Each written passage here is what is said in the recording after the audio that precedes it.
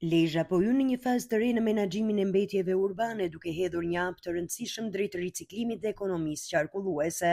Pas ndryshimeve të ndërmarra në sistemin e grumbullimit të mbetjeve, Bashkia Lezhë ka nisur ndërtimin e një qendre moderne riciklimi, projekt që po realizohet me mbështetjen e GIZ. Autoritetet vendore konsiderojnë këtë investim si një element kyç të reformës së pastrimit, e cila synon jo vetëm përmirësimin e shërbimit dhe mbrojtjen e mjedisit, por dhe uljen e kostove që lidhen me trajtimin e mbetjeve. Sipas kryebashkiakut Pjer Indreu, ndarja e mbetjeve sipas kategorive do të ndikojë drejt për drejt në reduktimin e sasisë së mbetjeve që përfundojnë në landfill, duke krijuar një sistem më efikas dhe më ekonomik për komunitetin. Kuptimi i implementimit është një sipërmarrje e guximshme, sepse nëse bota ka kohë që e bën, ne na duhet ta fusim si koncept. Dhe për ta bërë këtë mundur, ndërkohë që ne jemi në harmoni me GIZ dhe besoj shumë shpejt ne do kemi projektin në dorë dhe fillojmë qendrën multifunksionale aty, ne jemi paraprirë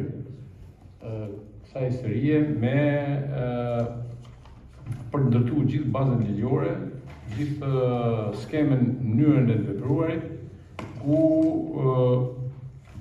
kemi futur praktikën e nxjerrjes morare me qese. Nga në momentin që ne fillojmë edhe qendrën multifunksionale të riciklimit të mbetjeve, ne llogarisim që të bijmë 25% po më shumë të sasisë që ne shohim në landfill. Duke qenë se që më pak, detyrimisht ne fitojmë një sasi mjetesh monetare të cilat ne nuk i çojmë aty. Dhe do i përdorim plus shitjes që do i bëjmë materialeve të riciklueshme që normalisht do gjenerojmë lek. Aty do mbajmë një staf, do pasurojmë her pas here me mjete të ndryshme, do bëhet një qendër akoma edhe më avancuar sepse do hyjmë në fazë tjetër. Modelit jemi referuar modelit të një qendre në Bonn, bashkë me GIZ, pra kemi marrë si model në Gjermani.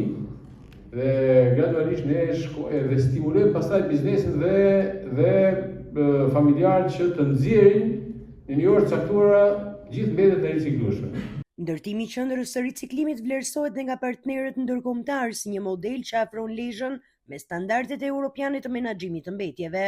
Përfaqësuesi i GIZ thekson se ndarja e mbetjeve në burim është një praktikë e domosdoshme për ekonominë qarkulluese dhe se Shqipëria po përgatitet ta bëjë këtë proces detyrim ligjor në vitet e ardhshme. Të ndryshosh sistemin e menaxhimit të mbetjeve në këtë lloj niveli është e jashtëzakonshme. Ndoshta është ndryshimi më pranë ligjit në fuqinë e Shqipërisë se çdo qytet tjetër i Shqipërisë, e cila në vitin 2027 do jetë detyrim ligjor.